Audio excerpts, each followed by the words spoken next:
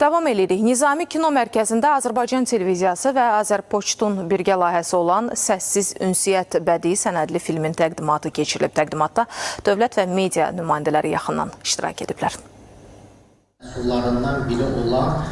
Azərbaycan Dövlət Televiziyasının təşəbbüsü ilə Azərpoçtun ən qədim məhsulu olan Poçt markasına həsr olunan Səssiz Ünsiyyət bədii sənədli filmi markanın səssiz ünsiyyət vasitəsi kimi insanların və dövlətin həyatında oynadığı əsas rolu nümayiş etdirdi. Lakin Cumhuriyyətin sübutu bu markaların geniş Poçtun yaranmasından ta qədimdən, qədim Misirdən, Romadan, Yunanistandan yarandığından bizim bu günümüzə qədər bir tarixi ekskurs eləyəcəksiniz. Bu film üzərində işləyəndə mən ən əsası başa düşdüm ki, sən demə bizim heç birimiz bu işin nə qədər əhəmiyyətli və nə qədər önəmli olduğundan xəbərdar olmamışıq. Səssiz bədii ünsiyyət adlı filmdə Azərpoçtun əsas məhsulu olan markanın səssiz ünsiyyət kimi ünsiyyətdə, insanlar arasında kommunikasiyada icra etdiyi rol, onun tarix qarşısında daşıdığı vəzifələr, icra etdiyi missiya haqqında söz açılır.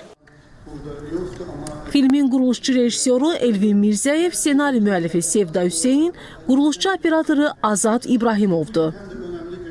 Mərhələ-mərhələ göstərməyə çalışdıq ki, ünsiyyət, insanlar arasında sevgi həmişə daimidir. İnsan cəmiyyətində ünsiyyət vacibdir. Necə ki, insan amili var, demək, ünsiyyət də həmişə olacaq. Filmin yaradıcı və texnik heyəti Azərbaycan televiziyasının həmkarlarıdır. Burada sırf spesifik bir obraz yoxdur. Həm Şirvanşahlar dövrünü görəcəyik, həm Yunan, həm Misir, həm yeni dövrü görəcəyik. Ümumilikdə belə bir sintez ilə çəkmişik kinonu. Ümid edirəm ki, hər kəs bəyənəcək.